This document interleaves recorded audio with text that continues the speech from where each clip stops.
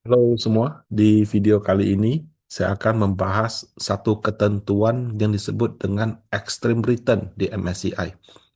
Nah, pembahasan ini menggunakan studi kasus saham bumi, tapi mohon maaf nih pada saat materi ini saya buat itu 17 Desember. Sementara waktu saya bikin YouTube ini sudah Januari, jadi harganya mungkin sudah ada selisih.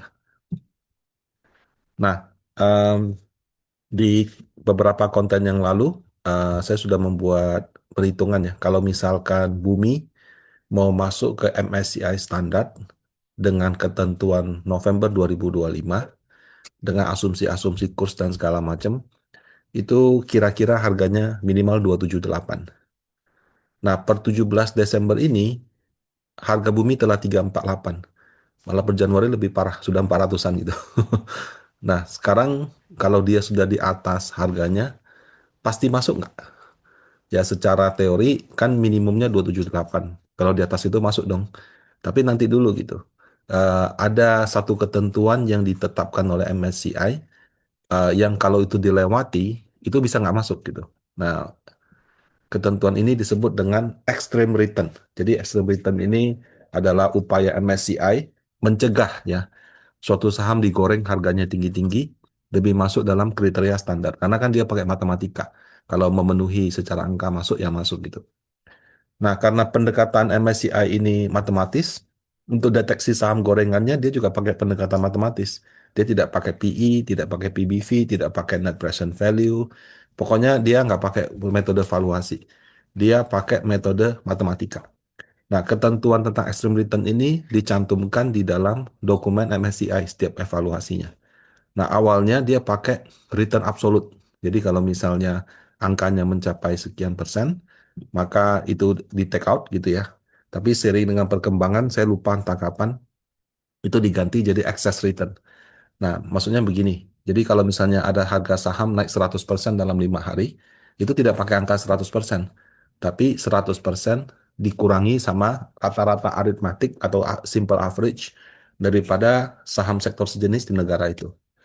Nah, untuk tahu dia sektor sejenis apa tidak, kita perlu tahu yang namanya GICS, Global Industry Classification Standard.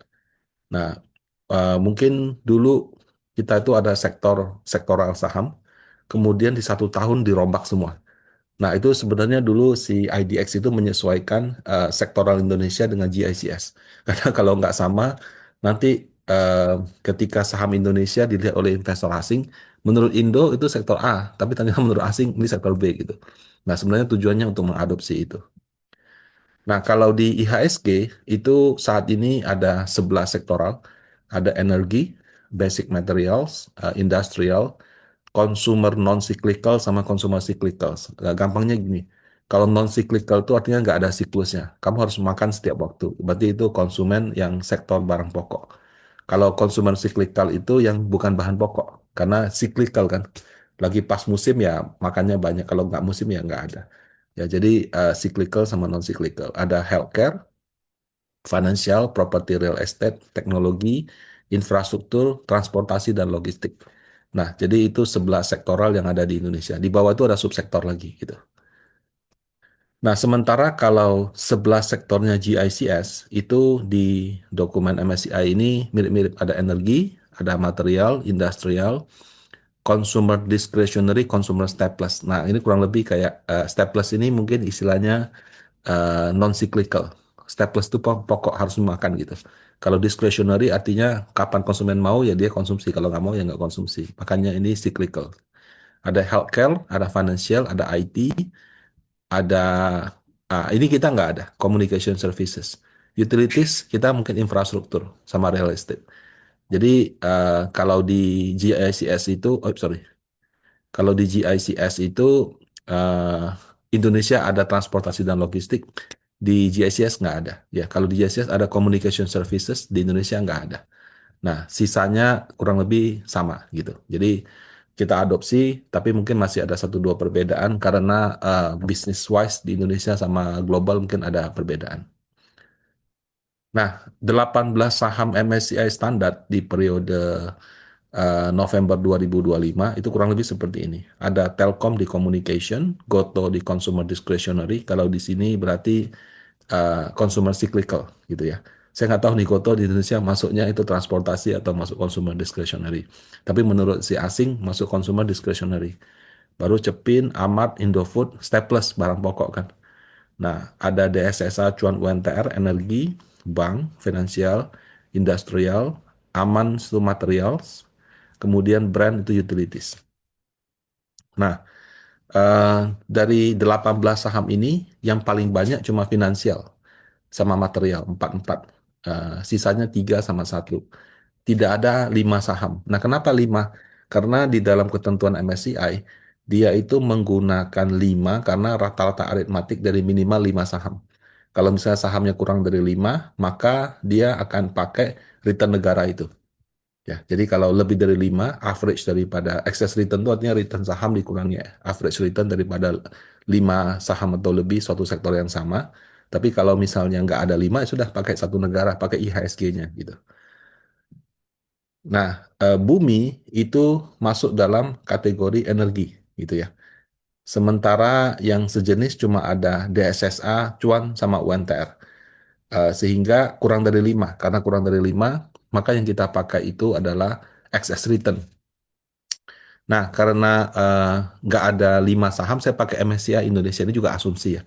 Terus terang saya ini masih kurang yakin apakah dia pakai MSCI Indonesia atau MSCI dari 18 saham itu aja. Tapi saya assume pakai MSCI Indonesia. Kalau MSCI Indonesia sahamnya lebih banyak, mungkin ada berapa puluh gitu. Nah, kemudian ketentuan extreme return ini sudah ada angka-angkanya. Jadi 5 hari excess return-nya 100%. Kalau di atas itu maka dianggap melanggar aturan tidak masuk. 10 hari, 15 hari, 20 hari, seterusnya sampai dengan 250 hari. Nah, bagaimana hasilnya ya? Nah, ini saya langsung praktek menggunakan harga 17 Desember, waktu harganya masih 348. Nah, kalau di 17 Desember, harga 5 hari yang lalu 326, 5 hari kerja ya. Nah, return-nya 7%. Benchmark-nya ini MSCI Indonesia 0, gitu. Nah, sehingga eksesnya 7%. Sorry, saya agak geser. Nah, kemudian batasannya 100, aman gitu. 10 hari, return-nya 45%. Benchmark-nya -1, jadi eksesnya 46. Masih di bawah 100, aman gitu. Nah, kita lihat semua nih, 5, 10, 15, 20, 25, terus sampai 250 hari. Angkanya seperti ini. Untungnya dengan 348, belum ada satupun yang di atas batasan ini. Ya, sehingga bisa dikatakan dengan harga 348 itu bumi masih belum melanggar ketentuan extreme return gitu.